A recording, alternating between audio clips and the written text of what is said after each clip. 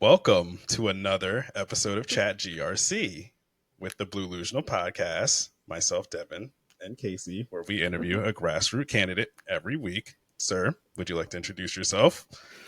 Hello, Devin and Casey. Yeah, thank you so much. I really appreciate the opportunity to be here. My name is Hunter Miranda. As you mentioned, I am a grassroots candidate running for Congress in California's 47th congressional district, which is Southern California, Orange County specifically, with the west side of Orange County, so the coastal side. Yeah, very excited for the opportunity to be here. I'm very excited to be part of this this national movement of people wanting to step up and call out the political leaders that we currently have in office. Obviously, the situation that we're living in, I know we're going to get into the more details, but there's so many issues that we're facing right now as a country and so many things that unfortunately, particularly with the Democratic Party, the party itself hasn't been willing to make the fundamental policy changes and strategy changes that it has to make to actually address the root causes of a lot of these issues that people are dealing with. So I'm excited to be part of this grassroots effort across the country, not just in California, not just in our district, but literally across the country, and a lot of instances across the planet of people, demanding fundamental restructuring of the systems that we live in. So it's super exciting to be a part of this movement, and looking forward to an interesting race to come. We are running against an incumbent Democrat who unfortunately has aligned himself heel and toe with the current establishment Democratic Party and isn't willing to call out for these structural changes that have to happen. So that's why the reason we're stepping up and getting involved in the race. We've been very excited to have kind of a groundswell of people getting behind our campaign. So it's been super exciting to see a lot of people stepping up, wanting to get involved with volunteering anywhere that they can help, little things here and there. So yeah, that's kind of the introduction, and very excited to be here. Yes, of Love course. I love it. Yes, we've seen a phenomenon, and it is grassroots candidates. They've always been around. They've always been around. We have some of them in office right now, but not nearly enough. And we Not needed even people close. like yourself to say, you know what? I could run. I could run. Why I could do not? it. Why not? They can do it. Yes. Yep. And the power of social media is crazy. And so we've just really seen this swell of grassroots candidates, and they're getting a lot of support. So this is great to see. And I know that you've already given us pretty much your basics, who you are, but I really want to know, as somebody who is an attorney and somebody that studied political science, what was the moment where you went, oh, I got to run right now? That's a fantastic question. Yeah, so that was unfortunately a realization I kind of came to a while ago. I had been fortunate to study at UC Berkeley political science, and Berkeley specifically is very involved in both federal and state and local policy development. And when I was learning about it in the process, and then going on to law school as well, um, it kind of becomes blatantly obvious that there's so many things that we can be doing differently.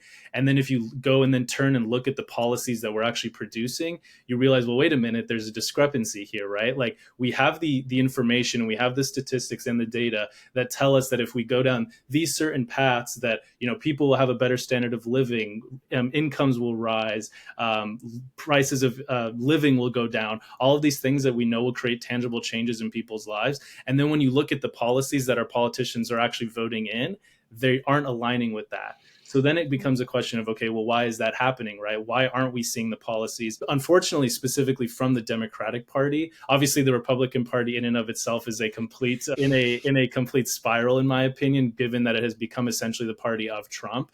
So one thing we're excited to be doing is pushing, because there's one thing to disagree between Republican and Democratic policies. Another thing is to actually call out the Democratic Party itself as a Democrat who's been in the process for a while, trying to call out these things from inside the party. And unfortunately, it's fallen on deaf ears, right? So the party itself has been unwilling to push for these real root issues that have to be addressed within the economy. For example, you see massive multinational corporations that have essentially monopolized our markets, right? So you see 1 to 2 to 3 massive corporations owning 80-90% sometimes of these industries, which allows them to get away with jacking up prices. So since 2020 alone, 50% of inflation has been related just to corporate price gouging. The fact that these corporations can do these things is because that they've monopolized our markets, which is a system that has occurred under both Democratic and Republican leadership. So that's something that's really important to call out, is that these are things that have been able to occur over the last 40 years under Democratic leadership as well. And if we as a party aren't willing to hold up a mirror to ourselves and say, hey, wait a minute, there's so many things that we have to be doing differently to actually address these issues, rather than just saying our fancy slogans and saying our, catchphrases, but really coming down to the policy changes. And as soon as I realized, and this was probably 4 or 5 years ago, I was working on different campaigns and realizing that a lot of the times the candidates themselves aren't necessarily that well versed in policy. And they unfortunately will just, go to what the party establishment says in terms of policy, which unfortunately has been to the benefit of massive corporations, massive millionaires, billionaires, and the wealthy elite. The reality that we live in, where 60% of people are living paycheck to paycheck, 700,000 people each day sleep on the streets, right? The top 1% own more wealth than the bottom 90% combined. People can't afford rent, people can't afford healthcare in the richest country in the history of the planet, right, is beyond absurd. And the idea that we keep sending the same exact politicians running on the same exact policy platforms that we have been. So, for example, the incumbent that I'm running against is essentially running on a Clinton level policy platform, which has essentially been the same for the last 20 years. And the real root issues that we need to address aren't going to be fixed if we keep sending those types of people to Washington. So that's kind of the long-winded answer of saying that I've known that these changes had to be coming for a while. And unfortunately, it's gone to the point where it has to be coming from outside pressure now. And it has to be us stepping up and challenging the party and saying, hey, we can be doing things differently. That's a perfect answer. Yeah. I feel like that's pretty much how everybody else was, is like, well, nothing's going to change unless we get in here and make some change. So, it's just great to see people stepping up. Everyone collectively understood no one's going to come save us. Exactly. We have to do it. So for this next one, I actually am curious what your response will be as a lawyer, because everyone's answer is different though. So for people who don't know, since we are getting our crash course in civics and democracy as it's falling apart, what would a congressperson in California have control over at the local level? Yeah, so this is a fantastic question, because there is so much overlap. And a lot of the times people don't realize that. They think, a lot of people have a misconception of what actually falls under, the federal level that a congressperson is working on versus the state level versus the local level, and where those things, one, overlap and then one don't overlap. So this was, a super important question. I think one of the biggest things is again highlighting the fact that there is a lot of overlap. So for example, when you take things like education, right? So a lot of education comes from the local level, whether that be like a local school board or the financing systems that the state puts in place. But then you also obviously have a federal oversight as well. So then there's interplay between those things. And one thing that unfortunately has been an issue is levels of communication between those different levels of government. So for example, you'll have the federal government working on one sort of potentially, say, let's say education related thing.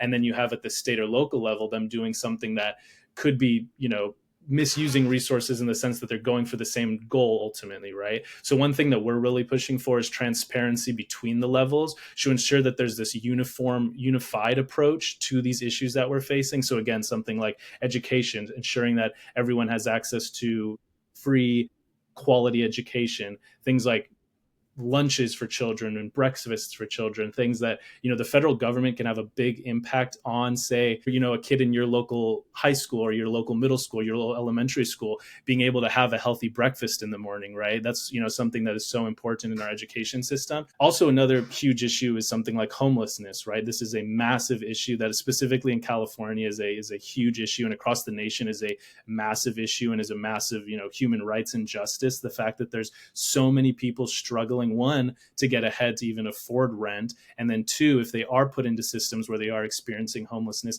how they actually deal with those things and the systems and the resources they have in place to like empower them and help them get out of those cycles of poverty. And really, again, going back to the fact that these things really have to be done in uniformity with the local and state levels from a federal standpoint. And one thing that unfortunately right now isn't necessarily happening. So that's going to be something huge. But again, kind of the main takeaway is that there's so many things that the federal and the local levels impact.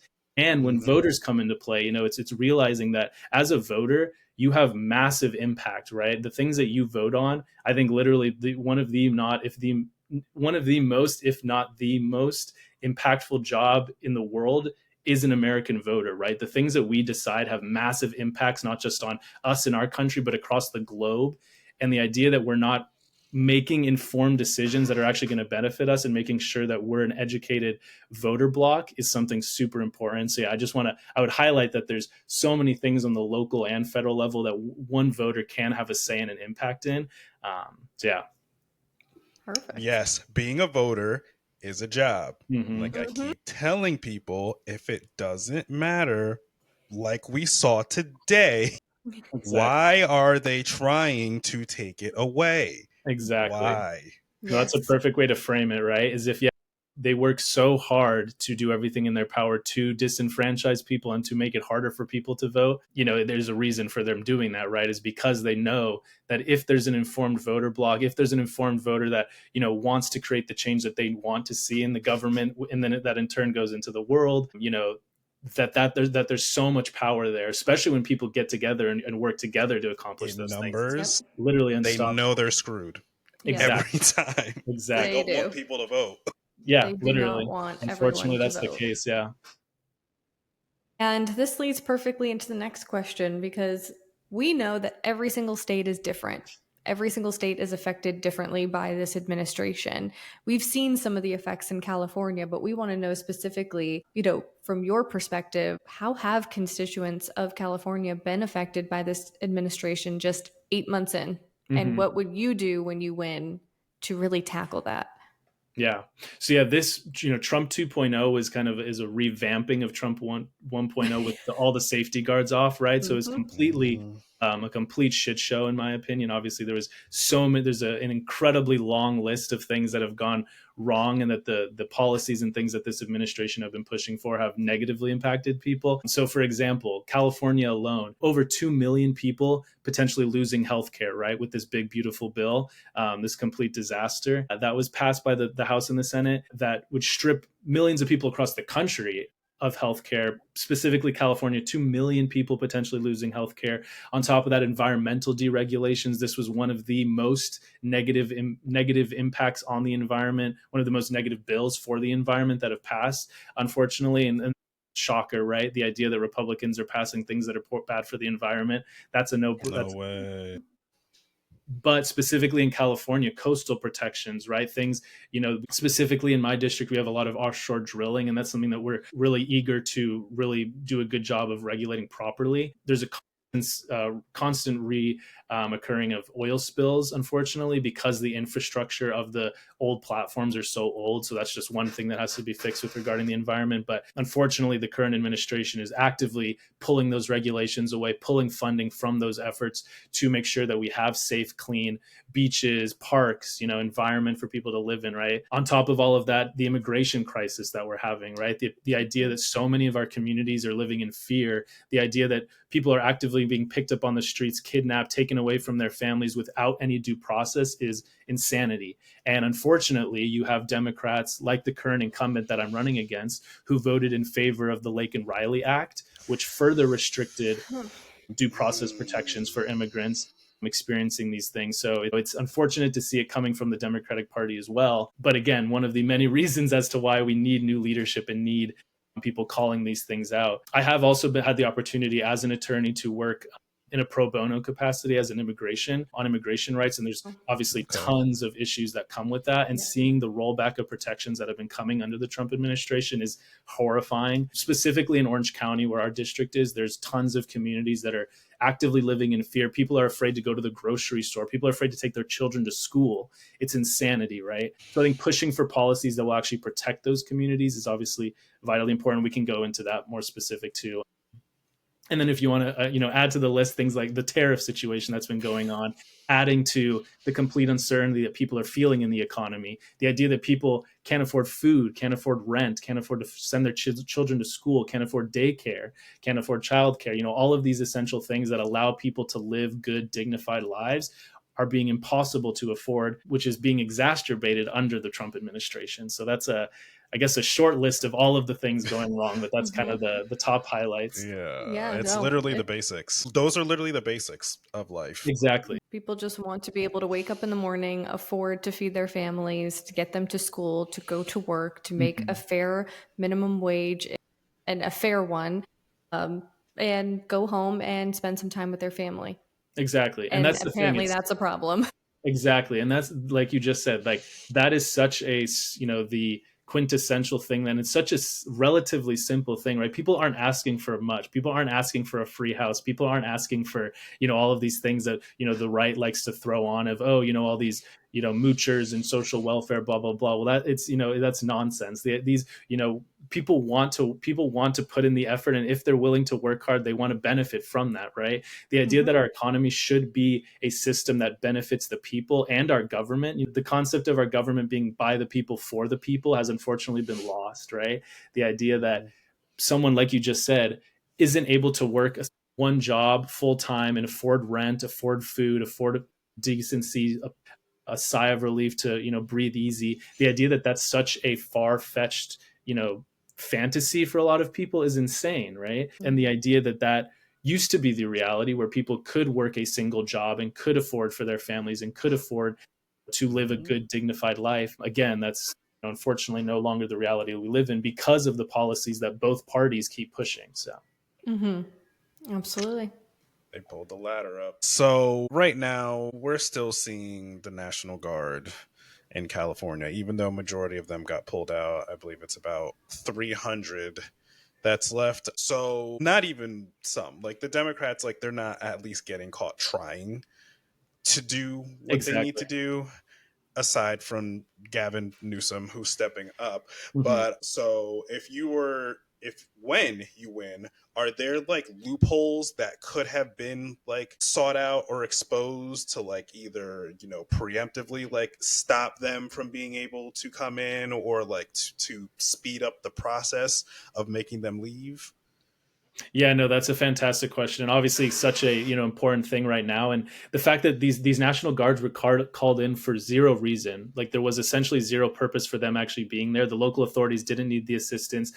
Obviously the governor of the state didn't need the assistance. This was clearly just a political showmanship, which the Trump administration is known for. That's all they're really good for, is just trying to do the political show rather than actually creating solutions that actually benefit people. So again, this goes back to this overarching the theme of overreaching executive power. Unfortunately, over the last 40 years or so, even before that, Congress has slowly chipped away at its powers and given more of them to the executive branch and to the president. And I think this is a perfect example of something that Congress has to wake up and realize, hey, unfortunately, this is the exact reason why we didn't give a president this amount of powers, is because we were worried of a tyrant, right? That's This the is whole why you exist. Exactly, literally. That is the purpose of the checks and balances, right? And the idea that we've given so much deferential power to the president, I think there's a lot of specific things that have to go into that. With the National Guard being deployed specifically comes, the discussion of emergency powers, and when that power shifts from the governor of the given state to the president. So I think that topic gets clumped into this concept of congressional powers that have been given over to the president and has to be addressed by Congress. So I think Congress has to roll back those powers, including other ones too. I think something that has to be looked into is things like war powers, and the idea that the president is able to essentially do these acts of war without congressional approval. That's one thing also. And then also we've seen kind of an unprecedented level of executive orders, for example, and executive power coming out of the Trump administration, which has really pushed the limits of constitutional power and authority of where that actually lies in the president. So I think that is kind of a great representation of one of the things that has to be addressed with it when it comes to Congress pulling back that power and really making it democratic, right? The idea that we could have one individual elected and then have all these unfettered power is not how our government is supposed to be built. And then especially you add on top of that the Supreme Court ruling, which said that the president can essentially do whatever he wants in his position. If you couple that with continued to give over all of these congressional powers to the executive, we're destined for worse situations than we are in now, which is obviously already a very terrible situation to be in.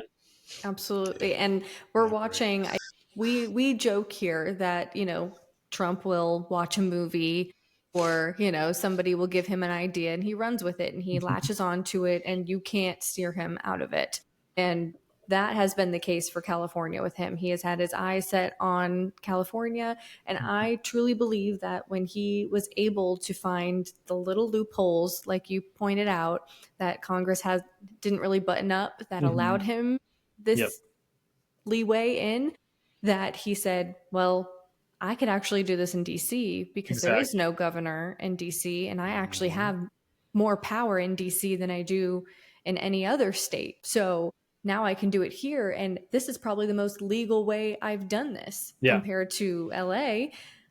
And so all of us are standing here going, okay, so it was LA, now it's DC. What's next? To your point, is he going to start doing things that could lead us into war Exactly. in our own country, civil war? Exactly. Where does this go? And right now they have a majority in Congress. They have a majority in the Supreme Court. It's so important when we talk about primaries to take back the House, especially if we can take back anything, take back the House at least. But if we're in the majority, it makes it so much harder for him to find those loopholes and work around things. Exactly. But it does make us all think like, wow, never before have we seen each individual state have to fight so hard against executive orders, because they just come every day. And I imagine as a governor, as a rep, as a senator, that you're just waiting for the next one that you have to be like, nope, all right, we got to take this one to court, court. We're not doing this one. And that's the thing too, like making sure that we're on the offensive, right? Rather than just playing reaction, waiting for these things to happen, is that we are on the offense, shoring up the institutions that have to be, secured, so that when these challenges come into place, that they're not there. So like, again, going back to this idea of congressional powers, that really comes down to Congress having the balls to actually step up and wanting to make those changes. And you hit the nail on the head saying that we're only 8 months in, right? The idea that every single day continues to be ramped up and up and up. To think about what it's going to be like once, in the next 3 years, right? It's horrifying to think what could be the potential. And this is why 2026 is literally a quintessential turning point, right? The idea that we can, like you said, take back the House. Ideally, it might be a stretch, but take back the Senate as well. It is a possibility, and hold the administration accountable. But then when we do that, we can't just have the same run of the mill politicians that we've been sending into office, right? Because we'll end up in the same exact situation. They had their chance. Exactly. Yeah, So this is the moment here, right now, that we have to bring in a new wave of leadership and people that are willing to structurally change the party from within, rather than just running on the same status quo policies that we've been running on, which unfortunately haven't been working. Yes, and holding your own party accountable. Exactly. We had to do that this year, and really that inner reflection and say, we have work to do. We are not the best. Exactly. We need to bring in some new faces and see what we can do. But speaking of executive orders, we've got some news today. We saw Donald Trump is trying to further suppress the will of the people with an announcement that he is drafting up an executive order to sign that will be targeting mail-in ballots and voting machines. Aside from lawsuits being filed, is there something congressional reps can be doing to fight this specifically right now? Yeah, there is. So this falls under the umbrella of voting rights, and shocker, again, the Republican Party is trying to disenfranchise people, trying to make it harder to vote. This has been their playbook for the last 30 years. No, I mean, well beyond that as well. 50. Exactly, yeah. Trying to get people harder to vote, make it more difficult to vote, because they know that if, I always say that if 100% of the population voted, there would never be another Republican, person in office. But unfortunately, that's not the reality, because of things like they do these tactics to make it harder for people to vote. So, for example, there's so many things that Congress can do on a national level to ensure that people have those certain protections. So, for example, there's been a bill floating around called the John Lewis Voting Rights Act, which would provide a plethora of protections for people. So I think that's one of the most quintessential things that Congress can do specifically.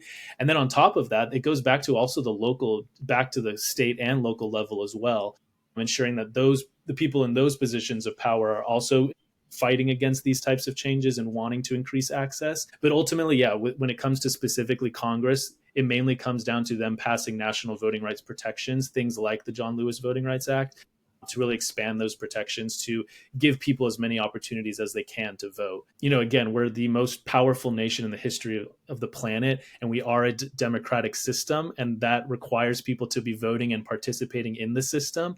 And our system is much more benefited when more people can do that, right? So expanding that to as many people as possible is essential to making that a reality. But unfortunately, we're constantly facing these types of challenges where people are actively trying to prevent people from voting. Yeah. And this kind of ties in as well to the whole gerrymandering issue. I know obviously that's a huge issue right now in California, and something that's been honestly impactful for our campaign as well, because we are one of the districts that would be potentially redistricted pretty significantly. So yeah, again, there are specific things that Congress can do, specifically passing those protections on the national level, but then also ensuring on the state and local level that those protections are also put in place at that level as well. Yeah, and we love what Gavin's doing, because Gavin is saying, who should be deciding this? The people. Exactly. And I will put it on the ballot so that the people of California can decide, because that's how it should be done. It really should be done every 10 years. But if we're going to do this, the people should be deciding on it. And obviously we know in California how that vote is going to go. But that's him, for one, getting in front of the issue and not waiting to see it play out in Texas. I mean, we know how it's going to end. The Texas Democrats have done what they can, but as of right now, they're all coming back to Texas, and they'll call another special session. We know how it ends. So Gavin's getting in front of it. And do you think that other blue states should start following suit with this? Yeah, so I think unfortunately the situation that we're in, it necessitates us going down that route, because like you just mentioned, the Republicans have a long while ago thrown out the playbook. So if they're going to do these things, we have to react. We cannot just sit idly by and let them do these things. Although, again, the whole theme of holding up a mirror to ourselves as a party, the Democratic Party has also done a lot of gerrymandering on its own. So I think right now, once this does pass and we are able to get at least to the 2028 elections, I think something we as a country need to push for in 2030, because like you mentioned with the census every 10 years, that's when we normally will redistrict, is pushing for a national nonpartisan oversight of gerrymandering. And I think that's something that has to be coming from within the party. Unfortunately, right now, that's not a federal Democratic policy platform that the mainstream party is actively fighting for, and I think it's something that it has to be. I think people are sick and tired of all of the political showmanship and gamemanship. So that should be the long-term goal of ensuring that political gerrymandering can't happen in the long run. But unfortunately, in the meantime, we have to play the game, right? We have to meet them where they are and do these things to ensure that we are preserving our democracy and preserving our government, rather than letting them just run roughshod and do these things. So in the meantime, yes, gerrymander. Long term, no, we have to switch to a system that is nonpartisan. Yeah. Two things can be true at once. We can be fighting back, but we can also say we shouldn't have to do this. Like, none of us want to gerrymander, and we don't agree with past gerrymandering in blue states. We don't agree with it, but we're also stuck in a rock and a hard place. So I like your answer of, we got to do what we got to do right now, but we need to address it at the next census. Yeah. 100%. And I think that's something that it's really important that we, as within the Democratic Party, are constantly keeping the party, to task with that. The idea that once we get in power, then we can just, fudge the rules here and there to make it so that, we have to be fair across the board. So ensuring that this is a long-term solution that will prevent these things, because ultimately, right, the idea is that we need to have a more representative government. The idea that our government is able, the politicians that we're electing are able to choose who's voting for them is ridiculous, right?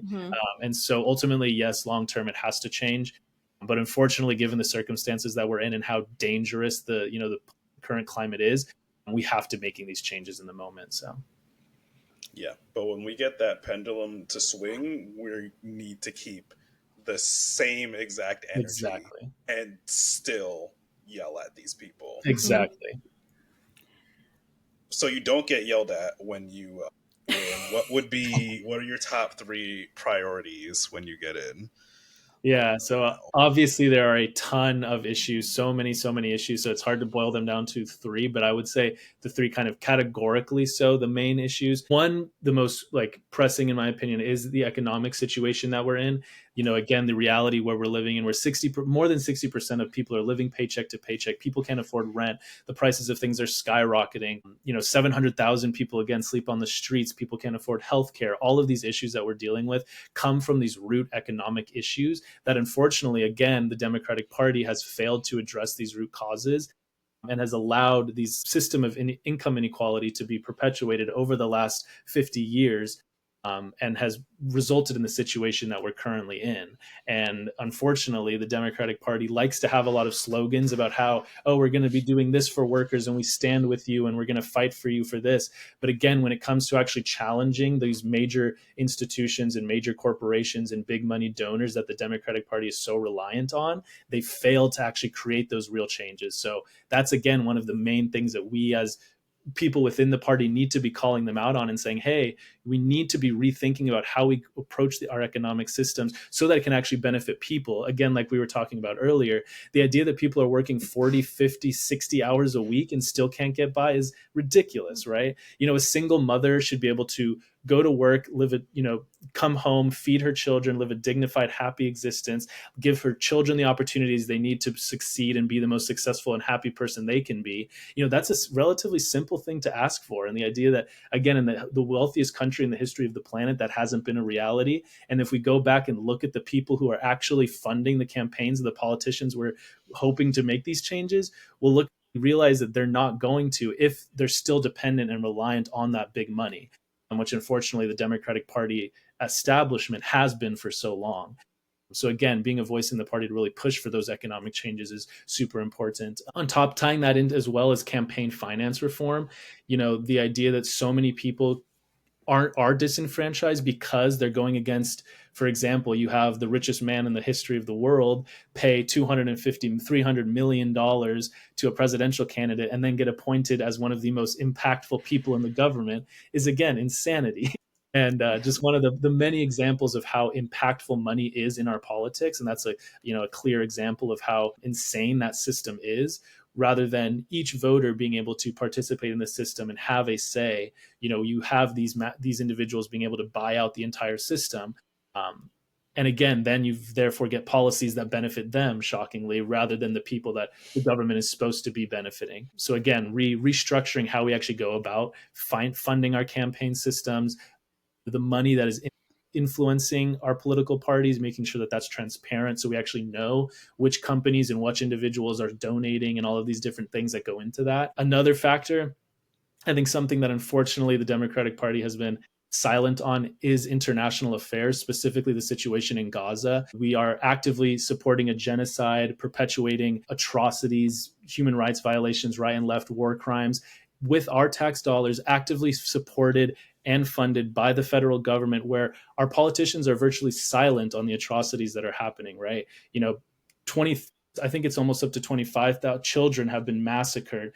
More than 70,000 people have been massacred, families decimated, all these horrific things that our government is silent on, and it's objective evil and insanity. And that's just one example of the global impact that the United States has had by perpetuating these endless wars and these endless cycles of violence that benefit our military industrial complex, but then screw over the rest of the world. So us really calling that out and saying, hey, enough is enough. We cannot keep perpetuating these systems of violence that lead to so much suffering and pain and death across the world, that we as the United States have to call out those systems and create the change to fix them, right? We have a responsibility to not just stop it, but then actively fix the problems that we've caused. So for example, I think there has to be a congressional delegation that will literally go to Gaza and ensure that the food is being provided to the people that need it. Right now, unfortunately, there's food that is getting to those spots, but in order to actually get it in the hands of the people that need it, the IDF and the Israeli government has made it virtually impossible for people to do that safely, and are literally gunning people down as they're attempting to get there. Again, one of the many objective evils that are occurring that we're actively supporting and funding.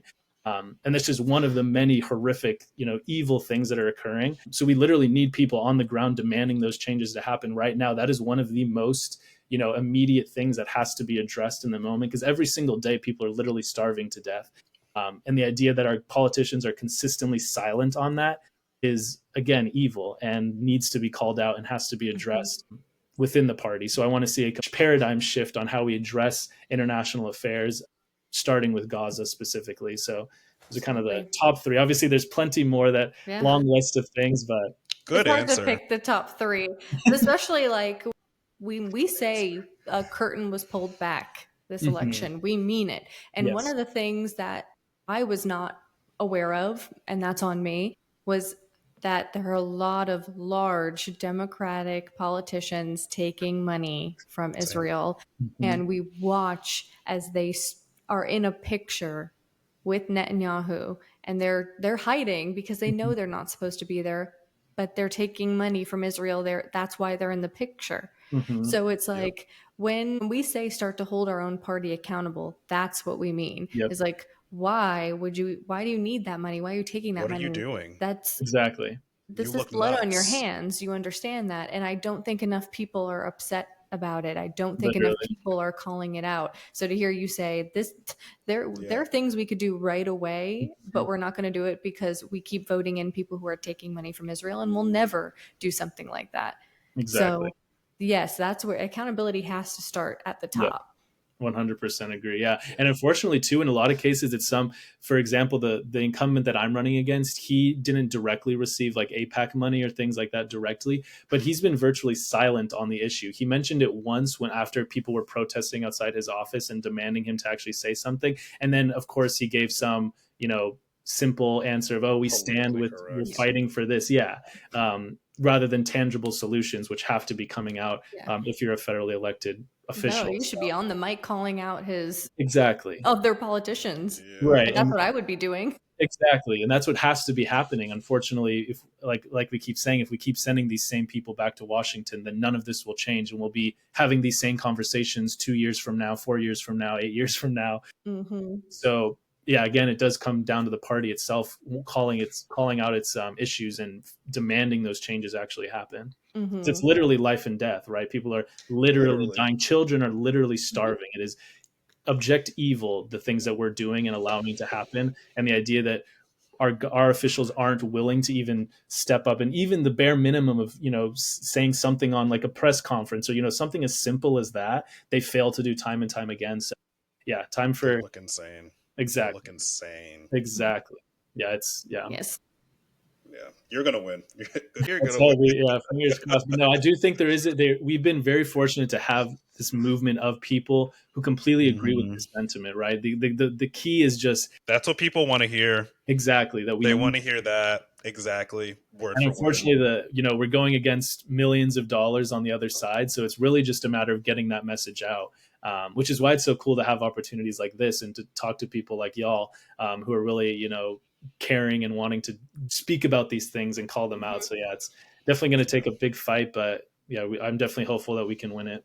Yes, the power of social media. People I think they are starting to realize it. We're watching these politicians start to realize, we're not. We're saying that like Republicans are cooked in the primaries. We need to say we're also might be cooked, because online people don't realize how many people are online, and it's free to campaign online. It's free to make videos. It's free to come on and do interviews. And a lot of them don't do that because they rely on their big events. Probably in the next 7-8 months, you're going to see them start rolling back into their, into their states and holding big rallies. That's what they rely on. But they're seeing you right now start to build a platform online and gain a following. They are not doing that. Right. And people stop sending them money. People aren't sending them money anymore after no money to the DNC either. Yeah, what and that's doing? Exactly. Yeah, I think the party in and of itself is realizing that there's so many things that they have to change, but they have been so beholden to their leadership and the establishment of the party. So it's going to be interesting to see how it plays out for sure. But hopefully it's going to be a good eye-opening and good awakening for the party to realize, hey, there's a lot of shit we have to be doing differently. Yeah. Starting with primaries too. Like for example, when I started this primary challenge, I was essentially persona non grata to the party the party at power in my area. So they were like, unfortunately, we already have an incumbent, and that was it. They didn't want to talk. They didn't want to discuss. It is a given, they do have the incumbent, but I think that's something that the party has to reconcile with, is saying, hey, we have to be open to hearing other challengers or hearing other positions. And I think one of the things that distinguishes this race specifically is that we're not just running as people across the country aren't just running as, a Democrat versus a Republican, where they have the established Democrat ideas. People are actually wanting to change those established ideas and call them out and trying to fix those policy issues, like we just spent almost an hour talking about all of these different issues. People are realizing, hey, we as a party have to actually change how we go about addressing these issues from a policy standpoint, rather than just strategy or who we're talking to, which is obviously super, super important. But people actually calling it out and saying, well, hey, if you're going to talk the talk, you got to walk the walk and actually push for these policies that will actually benefit the people and reorganize the government and the economy to actually be for the people, by the people. So I'm hopeful that the party will eventually learn that lesson, but I'm also a little bit skeptic in the sense that like I mentioned earlier, I've been working in Democratic politics for the last 10 years and trying to make these changes from the inside. So I think now will be a good point for them to feel that pressure from the outside saying, hey, we have to make these changes, otherwise we're going to keep losing elections. So. They might learn it the hard way. Yeah. Some people might be getting evicted, and some people might get their eviction notice. And unfortunately, it does require us getting to this point where we have to challenge and we have to be calling people out and taking the power for ourselves, right? And literally putting the power in the hands of the people. And I think that leads perfectly into this next question. And you talked about it earlier. You think one of the most important roles in politics is the American voter. I agree wholeheartedly. It's a lot of weight to carry. And I think a lot of people feel like voting doesn't matter anymore. We're watching suppression in real time. We watched Trump 2.0. We never thought we would see a Trump 2.0. Yep. And just the most horrific things we're seeing in just the past 8 months. People online are definitely burning out, and we need everyone on deck for primaries. So what would you say to somebody in California who might be feeling like their vote does not matter? Yeah, I could say, I'm not surprised you feel that way given the situation, right? The circumstances that we're involved in. And again, the situation that we live in and the reality that we live in has been able to manifest over the last 50 years under both Democratic and Republican leadership. So time and time again, when people are seeing their votes not make the change that they keep hearing and are hopeful for, can be so disheartening, right? And I think that's ultimately how those powers that are not benefiting the people ultimately win, is when they make you feel like you don't have a voice and that you can't make a change. That's how they win, right? So realizing that we as American voters, whether it be at the local, whether it be at the state, or whether it be at the federal level, can drastically change not just the course of American history, but literally global history by the people that we choose to put in power. Because again, coming from the most powerful, wealthiest nation in the history of the planet, right? The things that we do have global impacts. They don't just affect people in California or the country, but they literally impact people across the globe. And realizing that the people that we put in office are the ones that make those changes and make those things happen is something vitally important that people need to realize and understand, and that it's their vote that makes that happen. The impact that they can have with a single vote can be literally detrimental or impactful in influencing a vote. So I think that's something super important to highlight, is again, our decisions not just impact us here at home, but also across the globe. And then realizing that you do have an impact, you do have a say, you do have a voice. Specifically when it comes to local elections, I think a lot of people don't understand the impact and the importance of local election and local governance, where some of those races comes down to 1 or 2, 3 votes sometimes, where it's literally you as an individual can literally make that difference. And I think a lot of people don't understand that. I think a lot of people also don't understand the role that they can play in the government as well. The idea that we hear this term, by the people, for the people, but that's literally how it's supposed to be. It's literally supposed to be average Americans wanting to work with their government and do things for the government that can make our country and the planet a better place, right? And unfortunately, the big money interests that we keep talking about that have been so impactful in our government that's their whole playbook, right? Is they want you to feel like you don't have power. They want you to feel like the problems we're facing are too big to fight against when they're not. We literally do have that power, and we literally can make those changes. So just constantly reminding yourselves and realizing that these things can take time, right?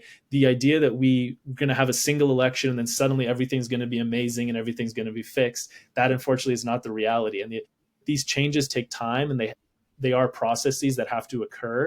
But as long as we keep fighting and keep pushing towards moving the scale in the right direction, I know that that's all we can do, and that's what we have to be doing.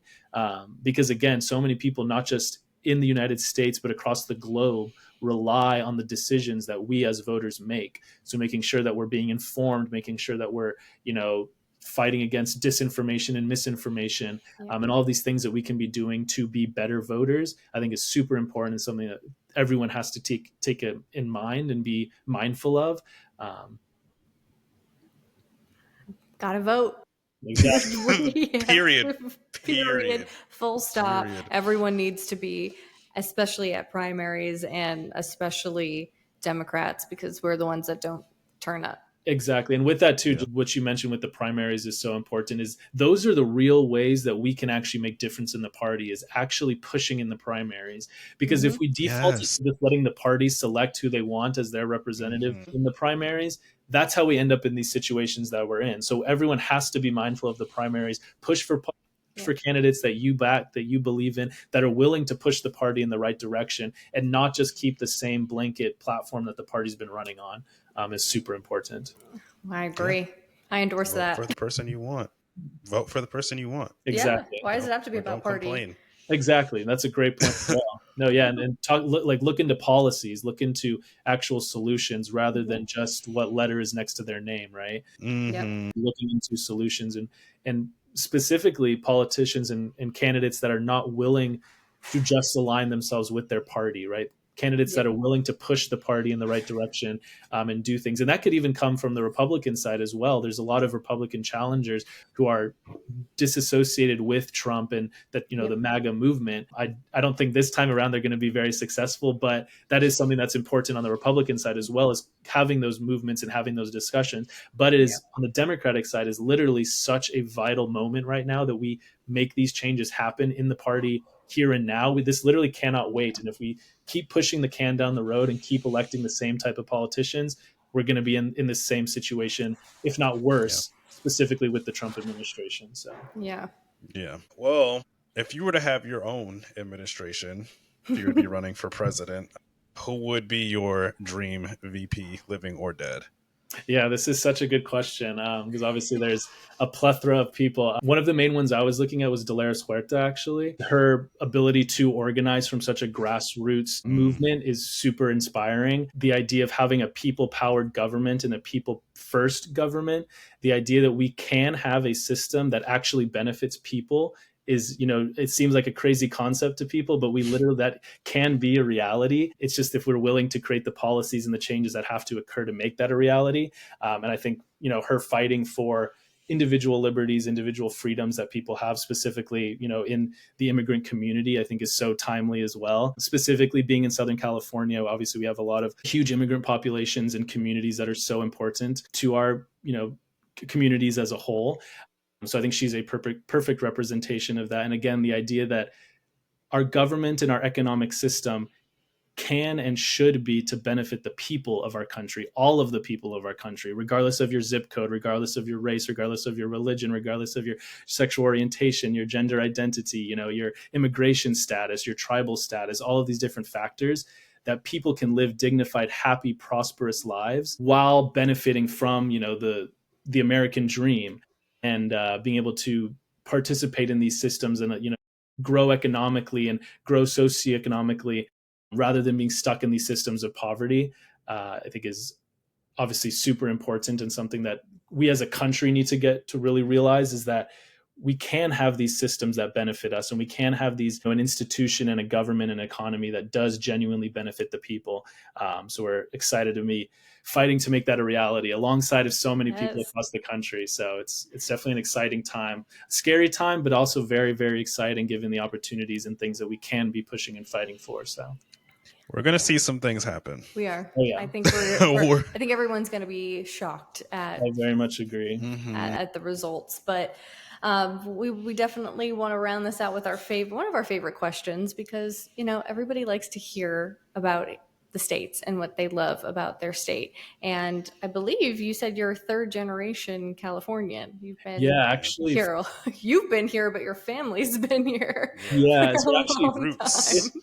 fifth generation Californian, which is crazy. And then I'm also Native American as well. So then outside of California, we've been here for who knows how long. California specifically, fifth generation, which has been amazing. I absolutely love California, specifically Southern California, Orange County area. The beaches, all the nature, the people here, like I was saying earlier, there's so many unique, diverse communities within Southern California specifically, but Southern California more particularly. On top of that, obviously, like I mentioned, the beaches, the natural bounty that there is in California is so beautiful, and I absolutely love it. What part are y'all from? Are you both from California originally? Or are you in? No. Nope. Nope. We're on the other side. We're East Coasters. Okay. I grew up in Massachusetts, and I now live in Florida. Yeah, I grew up in Jersey, and I'm in Delaware now. Okay, nice. Yeah. Okay. Yeah. Gotcha. Yeah, we're talking to everybody. No, that's We're going all over. It's a world tour. I think I just misread something, but I thought earlier we had shared a message that said us in California or something. But anyway, I don't know where I got that idea. We have lots of people in California. Yeah, no, you're our first one. We've got Tanya. Tanya's running for state assembly in California, in Orange County. For House. So we've got a lot of people that listen in from California. So we were like, we definitely need to get everybody who's running in California. No, that's amazing. And then one of the final things on top of the long list of things I love about being in California is the public education system as well. There's lots of things that can be improved upon, but then there's also a lot of benefits. I was very beneficial or very grateful to have grown up in the California public education system and benefited greatly from that. And I think that's a great model that could be used nationally. Obviously, there's lots of things that can be improved upon, but that was one thing I was very thankful and grateful to be able to access. Yes. Yeah, they're definitely known for that. They are. And, California is amazing. I mean, we say that you could go to one part of California and experience a whole different thing than going somewhere else. I've pretty much I've been to San Jose, I've been to San Diego, San Francisco. Everywhere is like a different experience, and I love it. Yeah, I love it. I don't know if you can see behind me, but that's Laguna Beach. That's one of my favorite beaches. Just so much culture. It's amazing. Yeah. It's a really beautiful, beautiful place. And, it's crazy that we have to hear about California so much in the news because Trump is so laser focused on it. But I think one of the benefits is that people are really realizing how great California is. Yeah. Yeah. And so if we could take anything good away from this, it's that we should all be visiting California and hyping California. It's its own country. I agree. It's a country. It practically could be. No, I agree. And it gets such a bad rap because I think a lot of people are jealous. So yes, honestly, yes. But we want to, before we outro out, we want to give you a moment to shameless plug your website, your social medias, and if you have any events coming up. Go ahead, shameless plug away. Perfect. Again, I'm so grateful for the opportunity, and it genuinely means a lot for you to take the time to have me on and let me speak and have these conversations are so important, not just for like my campaign, but as like a whole democracy, right? Ensuring that we are allowing these conversations to take place. And like we talked about earlier, being those voices in the American political system, calling for these changes and demanding these changes because, our people rely and need on it. So I would love for anyone willing to learn more about our campaign, feel free to check us out at huntermiranda2026.com. We are actually revamping our website. So in the next couple of days, we're going to have a completely rebuilt website. One thing, again, we always want to push is our policy differences and our policy perspective. So we have all of our policies in more detail listed out. So we encourage everyone to check them out there, as well as follow us on social medias, as well as revamping our website. We're also revamping all of our social media accounts. So we'll be staying up to date on all of the policy proposals, as well as engaging with different communities within our district and staying up to date on different, political topics that are going on. Obviously, there's so many things every single day that are changing. So much to hour. Yeah, we're tired. And then finally, too, as we talked about, we are a grassroots campaign, so any and all support is incredibly appreciated and needed. We're going against millions of dollars on the other side that the establishment has built out, so it's really going to take all of us coming together across the country to really stand up and say, hey, we need to fight for these changes so that the people of our country can live good, happy, dignified lives, all the people of our country. So yeah, very excited to be part of this nationwide movement of people stepping up and demanding these changes. So thank you again so much for your time, and super excited for the next year to come. Yes. Thank you for Thank talking to you, us. Hunter, so much for coming and speaking with us and being part of this grassroots movement.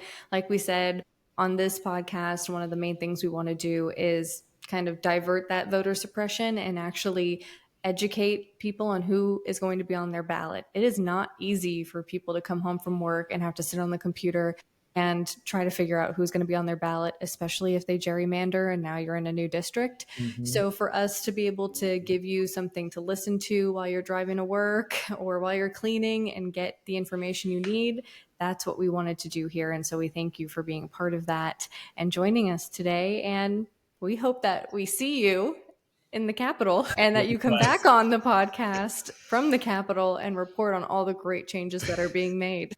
Most definitely, yeah. And I'm very excited to see all the great work y'all continue to do. And thank you again. Yeah, definitely looking forward to it. Great. Thank you. Well, thank you all for tuning in to Chat GRC. And every Thursday, we're putting out a new interview. So come back next Thursday and let's see who's going to be here. Have a great night, everyone. Bye. Thanks. Bye-bye.